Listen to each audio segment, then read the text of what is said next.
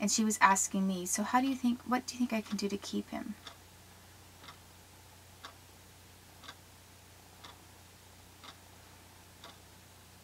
And I said, I don't know. I mean,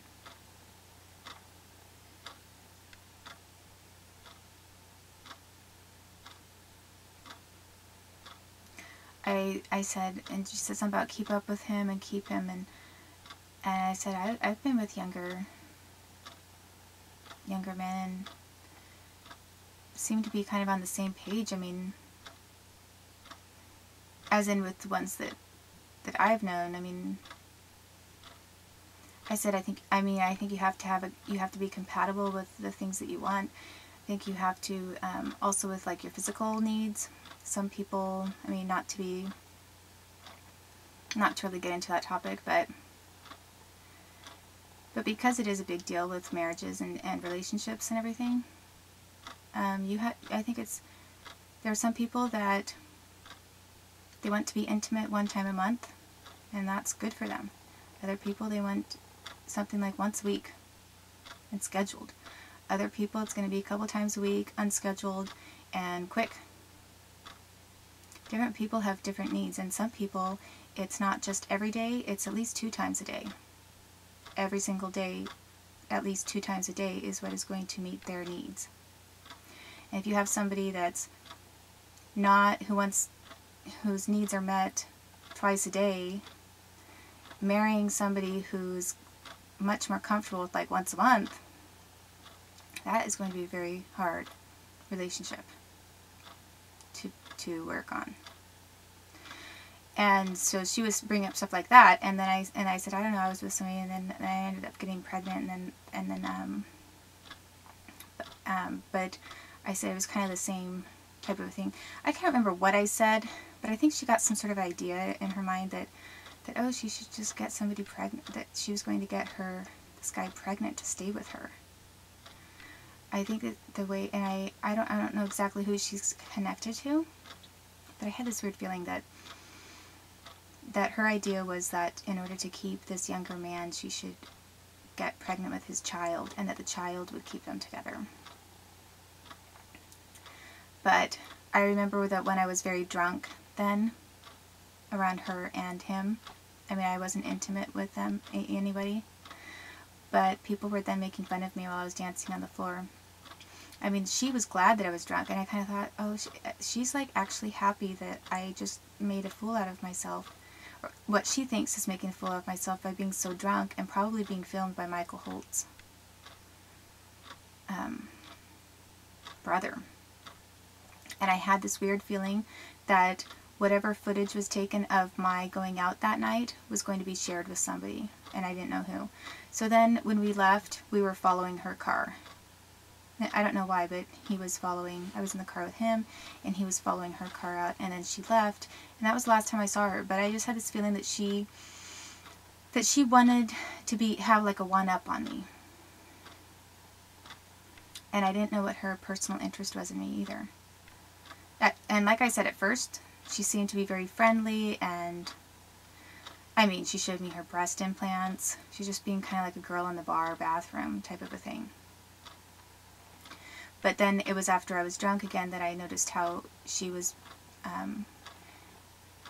talking, and what she was thinking.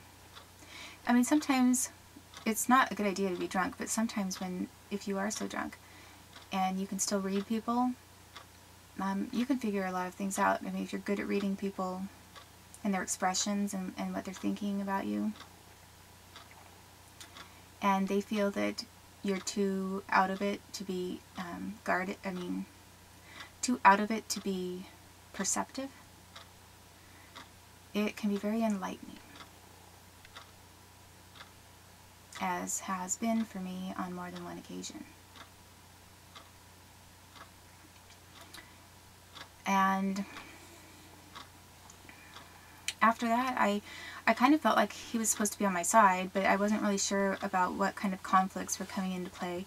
And then the knife thing on the counter really freaked me out, because something happened to my son at the same time.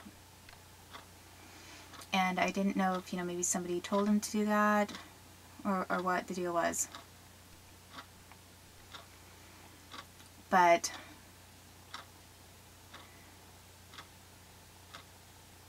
it's possible that, I don't know, that he knew some medical people too. When I visited the Assembly of God Church with him, the people that were there were a couple Jewish people. And one woman who mocked me.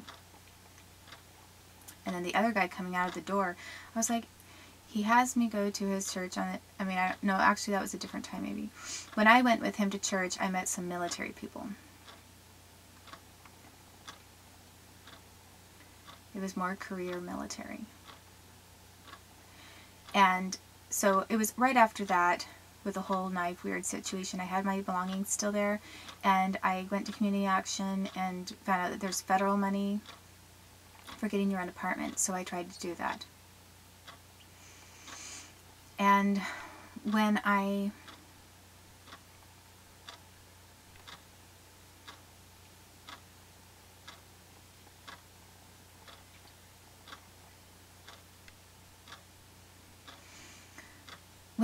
picked up my belongings, Steve May showed up with his van, and then I was at that house, and I remember it was just a very weird situation there. It's very weird. And he didn't ever try anything with me, like sexually at all, and never hinted at anything. He had a girlfriend that came over and visited him. But Mary Ann McIntosh was living in that area. She was always driving past the house, kind of gleefully.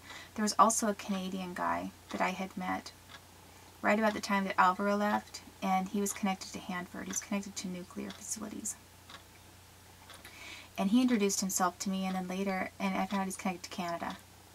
And at first he seemed to be somebody who was on my side, and then I later found out, once I had been dragged through the mud, he was not on my side. He was actually very happy that these horrible things had happened to me. And I was really shocked because for some reason at that time I still was thinking that there were a couple bad people in Canada, but I wasn't really fully accepting the fact that their government had done really horrible things to me and my son, and that there were other politics potentially involved, including maybe the Middletons, and people who knew them. I mean, the Middletons were important to Canada before they ever got close to anyone royal.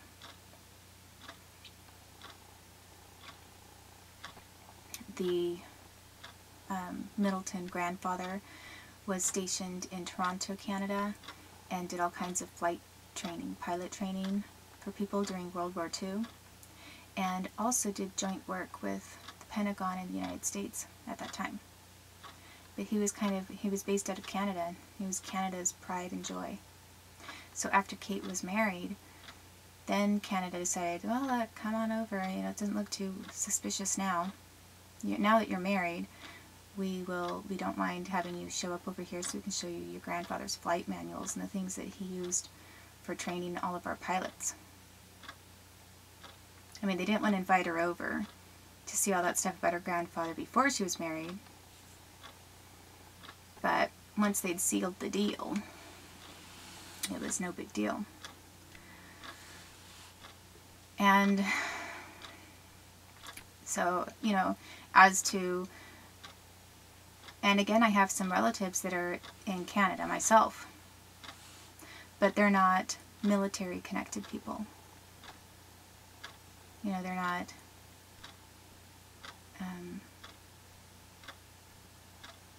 military connected people. They're regular Canadians as far as I know, like anybody else. In fact, one of them went over there as a pastor. They're like the salt of the earth type of people, like just nice, probably Canadian people, I think.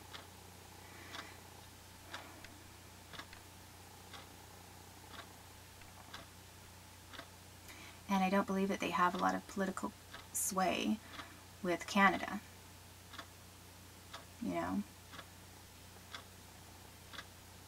My cousin Glenna is not parading down runways to catch attention of royalty, or getting welfare check money from the United States so she can go to St. Andrews University and be in good proximity.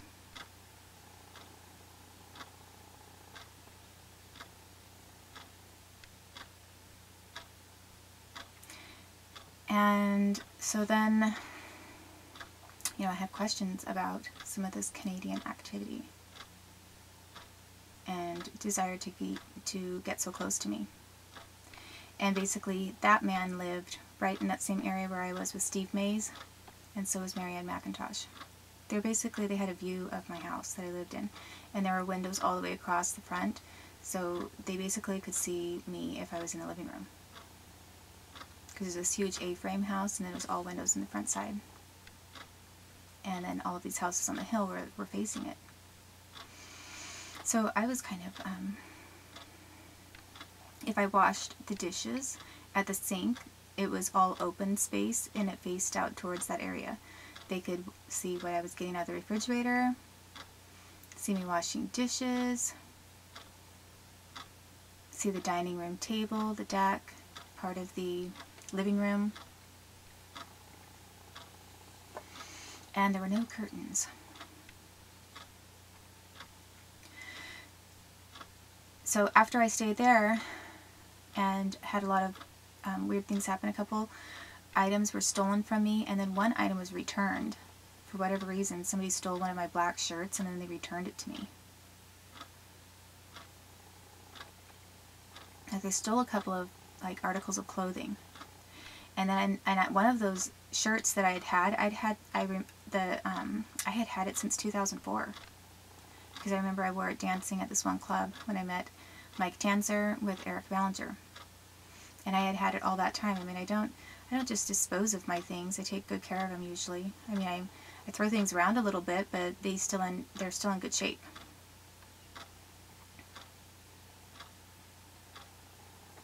And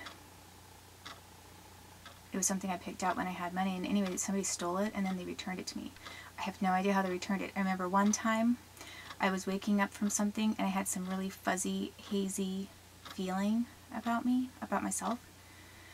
And it wasn't a hallucination, and I didn't really feel like I had been drugged, but I wasn't sure what it was, because I saw a man in my room, like getting down really low and like trying not to be noticed and then leaving. And so it is possible that there was something in something that I drank. And that was about the time that shirt was returned to me, too. So I don't know if I was maybe just half asleep, and I kind of saw somebody a little bit when they were returning something to me, and then I fell back asleep again. I just saw a hazy person for a minute. But like I said, my legs were swelling up to twice the size. I had edema everywhere. I was feeling really, I was not healthy. I was burning up. They were using remote torture against me at that house. I didn't necessarily think that it was Steve Mays directing technology at me, but something was happening. And I did think that Steve Mays was involved with knowledge of some of it, but he wasn't talking about it. And I did feel that the house guests, that Steve Mays' sons and some of the house people there were visiting the Avilas, and that they had access to my son, and they were doing things to my son to torture him. I also had a feeling that Steve Mays was somehow connected to the CIA, because I know he was connected to the police, as I saw him around the police, and I felt that he was involved with some kind of research. And then I've later figured out that this other military man we used to live next to, who was military, he has people in his family that are Mays. So it's possible that Steve Mays is connected to military and to CIA programming kinds of things. And it was right around that time that I tried going to the Red Cross, the American Red Cross in Wenatchee, and they were trying to section my blood off separately. And I found out that man who was helping sponsor that blood drive, was from Virginia, the state of Virginia, where the CIA is. And I thought it was really bizarre that they were